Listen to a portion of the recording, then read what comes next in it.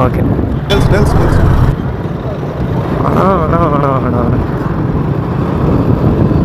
ಓ full photo shoot. ನನಗಿದ್ರ ಒಂಥರ ಸಂತೋಷ.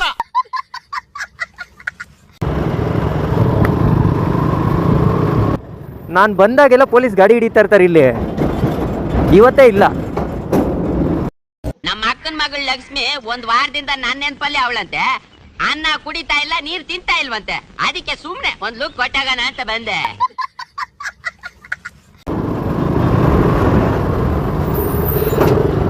ದುಡಿಮೆಯ ನಂಬಿ ಬದುಕು, ಅದರಲ್ಲ ದೇವರ ಹುಡುಕು, ನಿನ್ನ ಬಾಳಲ್ಲಿ ಬೆಳಗುವುದು ಬೆಳಕು. ಇಲ್ಲಿ ಹಾಡಿದ ಹೇಗಿತ್ತು ಅಂದ್ರೆ, ಇನ್ನೊಬ್ಬ ವಿಜಯ್ ಪ್ರಕಾಶ್ ಇಲ್ಲಿ ಹುಟ್ಟಿದ್ದಾನೆ ಅಂತ ನನಗನ್ನಿಸ್ತು. ಅಣ್ಣ ಯಾಕೋ ಹೋಗಂಗೆ ಕಾಣಿಸ್ತಿಲ್ಲ.